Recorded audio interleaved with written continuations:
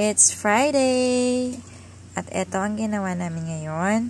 Gumawa sila ng mango collage using yellow colored paper.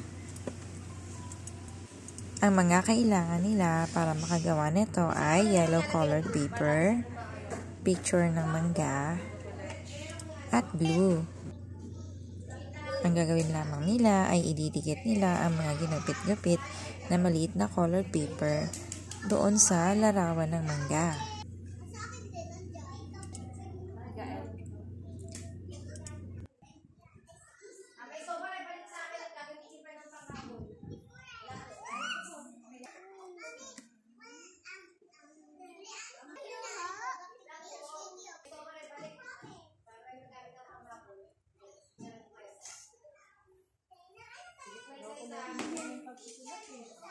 Skylar, Dana.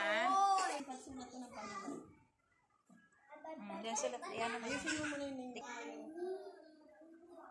Dikit mo na yan.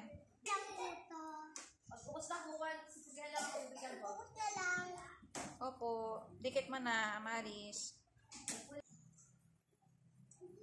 Very good. Ayan, sige niyo pag wala ha. Pag may sobre, balik sa akin. Oh, very good si Nicole. Kulayan mo na yung ano mo, yung dahon ng mangga.